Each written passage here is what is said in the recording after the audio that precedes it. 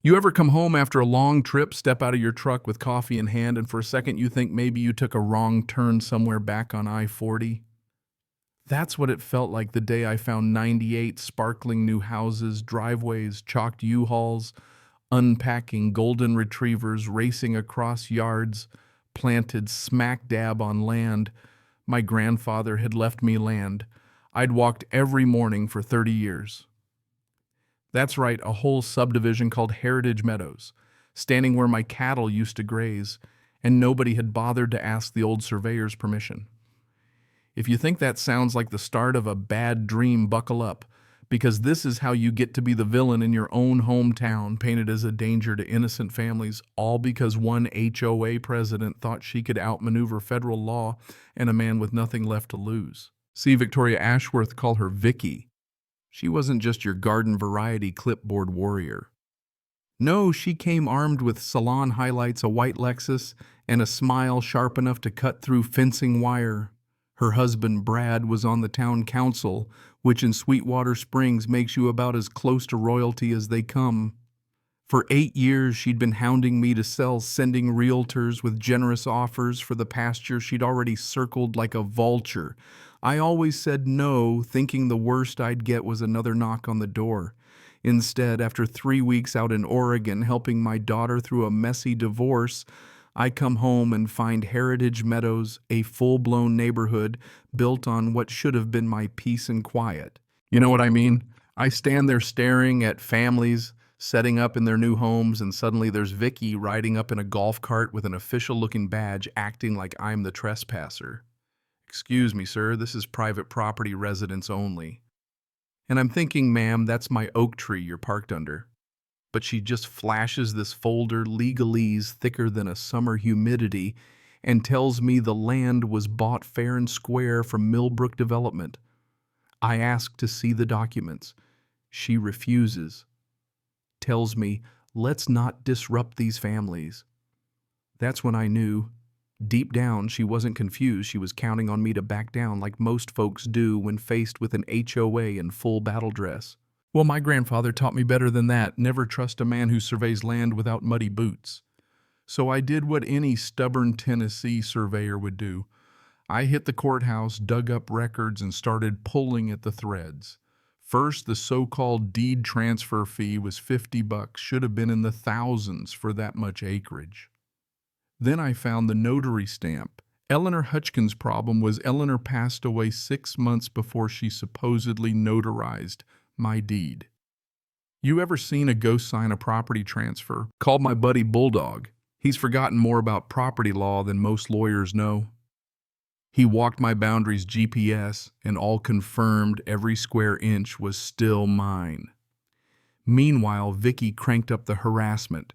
She got her cousin Deputy Mike to serve me a restraining order for threatening families with my surveying tape, started a safety patrol to protect the new residents from the unstable former landowner. Social media blew up. Pictures of my old farmhouse next to the subdivision, claims my unkempt property was attracting vermin. You know the drill, make the victim look like the villain. But while they were busy playing Facebook warfare, I was stacking up evidence.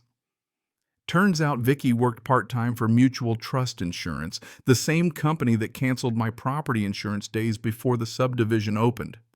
My coverage dropped because of land use changes. Convenient, huh?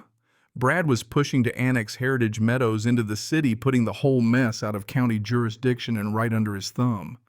The city council vote was set for festival day, when the whole community would be busy watching their kids bounce around in inflatable castles. Let me back up a sec. In the thick of this, my well-got contaminated cattle started getting sick, and the county threatened to condemn my farmhouse. That's about when Ruby Morgan showed up. New in town investigative reporter, sharp as a tack nose for corruption. She'd watched Vicky's PR circus on Channel 7 and smelled something rotten. Together we dug up more than we bargained for: fake notary stamps, environmental cover-ups, Brad's old fraud cases in Kentucky, even funding traced through shell companies to accounts overseas. Meanwhile, Danny Kowalski, a construction foreman, came forward with blueprints and photos showing illegal foundations and hidden code violations. And Ruby's research proved something I'd almost forgotten. My grandfather's 1924 railroad contract, still on file, meant any structure built without written permission on our land became ours the moment the foundation dried. Festival day arrived. You ever seen Suburban Panic? Vicky threw the biggest bash you can imagine. Balloons, barbecue news cameras, kids singing patriotic songs. All for show. As the city council rushed to pass annexation, Ruby got EPA inspectors onto the grounds disguised as family picnickers. They started testing water and soil. The evidence of environmental destruction was everywhere: faked drainage permits, endangered species, wiped out chemical runoff into Willow Creek. Meanwhile, I played my part, standing up in front of the whole crowd, original railroad deed in hand, explaining exactly why every home, every mailbox, every inch of Heritage Meadows was now Thornfield land. Vicky's meltdown, caught live on every phone in a 5-mile radius, was something to see, accusing the EPA of conspiracies, screaming at federal agents, finally losing her grip enough to say out loud what most folks only whisper. Federal marshals slapped cuffs on Brad and Vicky, media swarmed, and suddenly the crazy old surveyor had turned into the hero of a national news story. But here's the thing, it didn't feel like victory. Families were crying, confused, caught in a web they never spun. So I made them a deal: rent-to-own agreements, no evictions, a chance to stay if they wanted, or fair settlements if they didn't.